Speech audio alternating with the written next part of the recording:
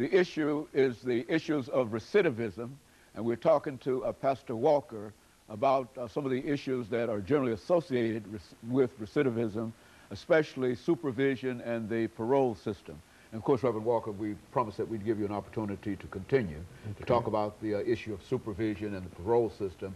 Let's do that now. Well, Dr. Haney, what I'm saying in no uncertain term is that the Tennessee Department of Probation and Parole is contributing to the recidivism rate as well as the individual, the offenders themselves. I mean, because if you got a structured program like the Hands of God Recovery Ministries that's designed and structured, and then you're writing to that program and you're telling them, we're going to take you off of our approved list because you have a structure, because you're helping these people, because you're helping them get their idea, you're helping them get their lives together, but because you got this fine system in place, you know, then you're not helping the people. It's not in their best interest. So, you know, this thing went on and on, Dr. Haney. This started in March of 2006.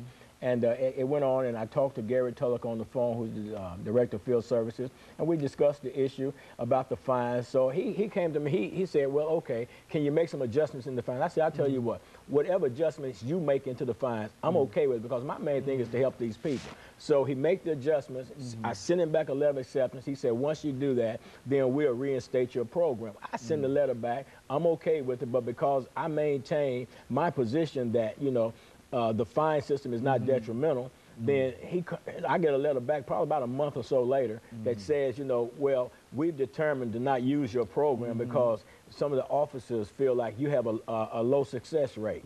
Now, how could they make that statement, Dr. Haney, when you consider that not one parole officer, I'm not going to say that, one parole officer, Cheryl Pullen, came out to the house one time to check on an offender, and all the other times, years or so that I've been dealing with. And they're supposed to come by periodically? I mean, I would think they would come by and you know, make sure that the person is staying in the house they say they're staying in, or working at the job they say they're working in. But my thing was this, Dr. Haney. Listen, I called to try to open up a line of communication between my agency and the Department of Probation and Parole, but on every attempt, I was rejected. Betty also rejected me. Gary Tulloch rejected me.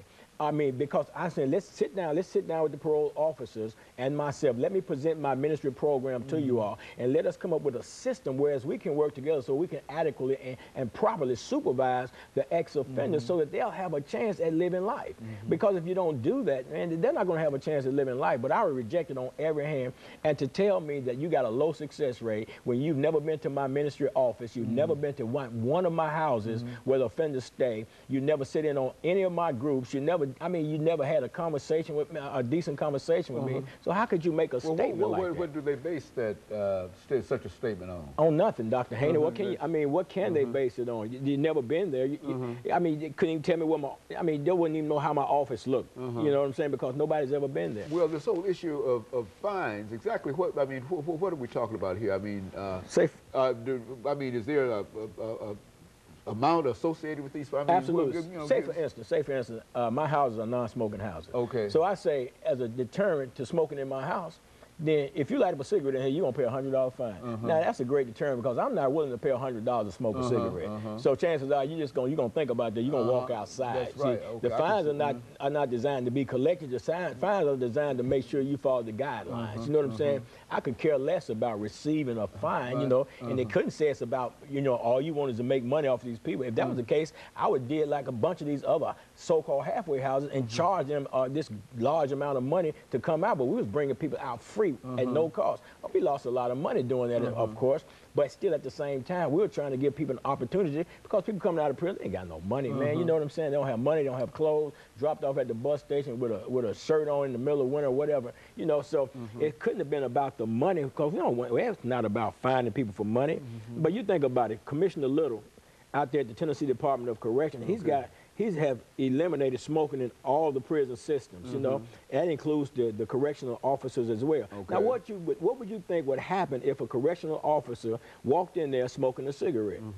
He's going to get a fine. He's going to get terminated. He's going to get suspended. Okay, There's going to be some repercussions. Yes, So if that can be happening right there, then what's so wrong with it happening in my recovery ministry program, other than the fact that here's a guy that has a complaint about your lack of supervision, so we need to get rid of the loudmouth. We got to get rid of him. Let's get him out of the way, because he's a problem, he's a troublemaker, and we're not going to deal with him. We're not going to do business with him, although he's got a program that's definitely designed to help people. And they know it's going to help people, because how can you not help people when you've got the structure in place that's designed to help people? But then again, you got a system that's supposed to be designed to help people and ensure the safety of the community, and then they're not functioning. You know, you got the Department of Correction that goes through the process of trying to rehabilitate these people. You got a parole board that hear the cases and parole these people into society, and then you got the parole supervision system then that's failing right there in that area. You know what I'm saying? And that area,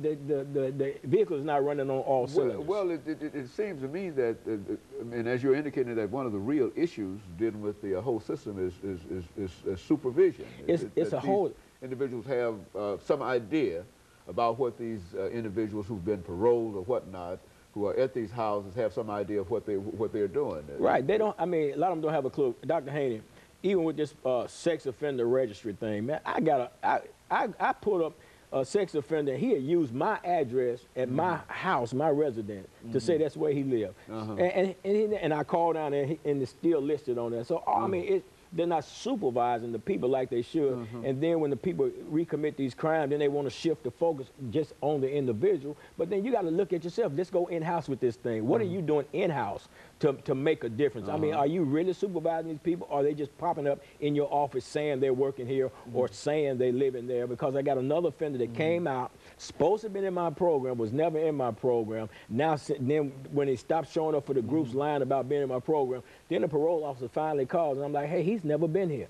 Never been here. And this, what, 3, 4, 5 months done passed.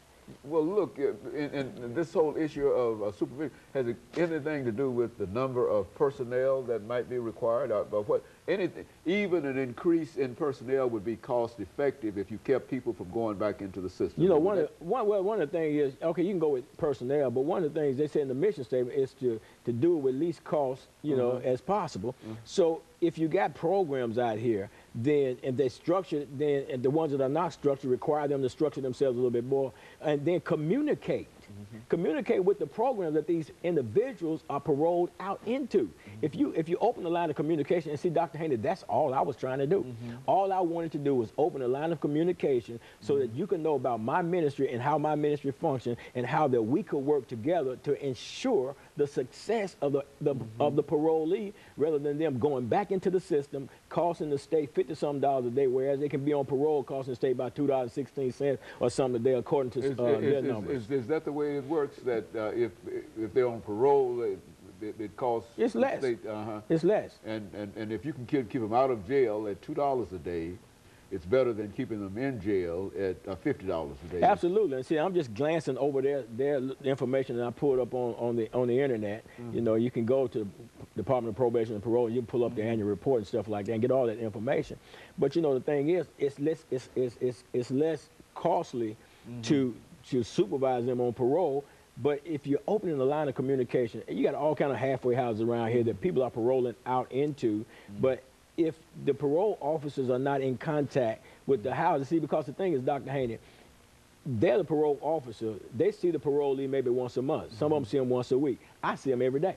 When they're in my program, I would see them every day. So I know more about these people. You have some kind of more influence on them, too. Absolutely. By them simply being within that structure. And of course, with the people knowing that I'm in contact on a regular basis with their parole officer and with that system that they have subscribed to, then of course they're gonna walk a much narrower line. But if you just let somebody out and say, okay, we don't think this guy's right because he said he's got a fine for you if you don't come in. If you come in after the hours of curfew, then, you know, we're just going to dump him. Okay, the last minute that we have here, what would you see as a solution to this whole issue of supervision and et cetera? Would it be more people, or what? I mean, what you know, what could possibly be done? Well, of course, the parole officer would probably say, you know, well, we need more people because our caseload, we're overloaded. And they probably are overloaded. But at the same time, if those people who are overloaded will communicate with the other people, they have another arm, they have an extension of themselves.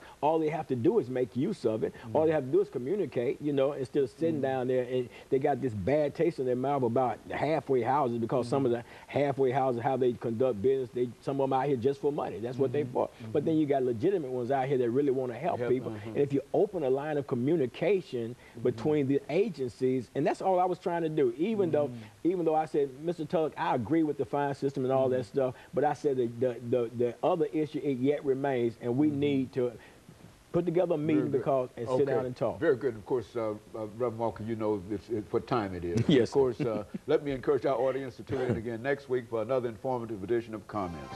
Thank you and good morning.